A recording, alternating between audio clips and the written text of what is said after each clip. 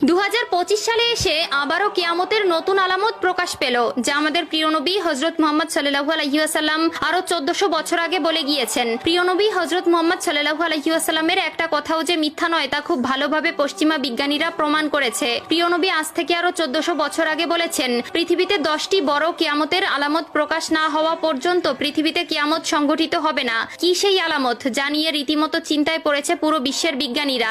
আপনি যদি একজন মুসলিম হয়ে থাকেন তবে ভুলেও ভিডিওটি এড়িয়ে যাবেন না, কারণ আমরা আজকে আপনাদের জানাতে চলেছি প্রকাশিত হওয়া সেই কিয়ামতের আলামত সম্পর্কে। আর আপনি যদি আমাদের প্রিয় নবী হযরত মুহাম্মদ সাল্লাল্লাহু আলাইহি ওয়াসাল্লামকে ভালোবেসে থাকেন তবে অবশ্যই কমেন্ট বক্সে আলহামদুলিল্লাহ কমেন্ট করবেন আর ভিডিওটি শেয়ার করে দিতে ভুলবেন না, কারণ আপনার একটি শেয়ারে আরো অনেক মুসলিম ভাই ও বোনেরা কিয়ামতের এই আলামত সম্পর্কে জানার সুযোগ পাবে। তো চলুন বেশি কথা না বলে শুরু করা যাক আজকের এই ভিডিও। হাদিসে বর্ণিত আছে, কিয়ামত সংঘটিত হওয়ার পূর্বে পুরো পৃথিবী থেকে পবিত্র আল কোরআন উঠিয়ে নেওয়া হবে। প্রিয় দর্শক, কিয়ামতের নিকটবর্তীতার প্রমাণ স্বরূপ কিছু আলামত প্রকাশ পাবে। এর মধ্যে কিছু হবে বড় আলামত, আবার কিছু হবে ছোট ছোট আলামত। ইতিমধ্যে পুরো বিশ্বে অসংখ্য কিয়ামতের ছোট আলামত প্রকাশিত হয়েছে। যেমন হাদিসে বর্ণিত আছে, আরবের বেদুইনরা অর্ধ উলঙ্গ অবস্থায় থাকবে, তবে তারা বড় বড় দালান কোঠা নির্মাণের প্রতিযোগিতায় নেমে পড়বে, এমনকি তাদের পায়ে জুতাও থাকবে না। বর্তমানে 2025 সালে কিয়ামতের নতুন যে আলামত প্রকাশ পেয়েছে তা হলো কিয়ামতের আগে পবিত্র আল কোরআন থেকে সকল অক্ষর উঠিয়ে নেওয়া হবে। ইতিমধ্যে এমনই কিছু তথ্য প্রকাশ পেয়েছে।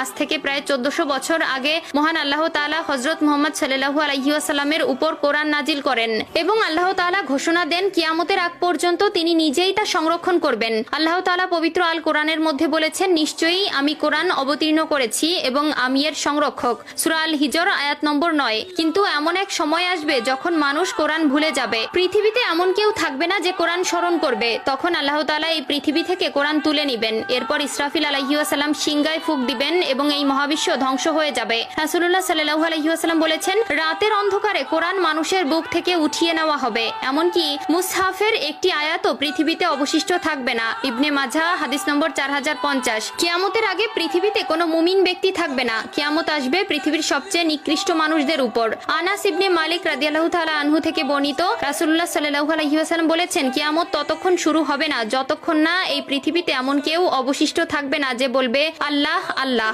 সহিহ মুসলিম।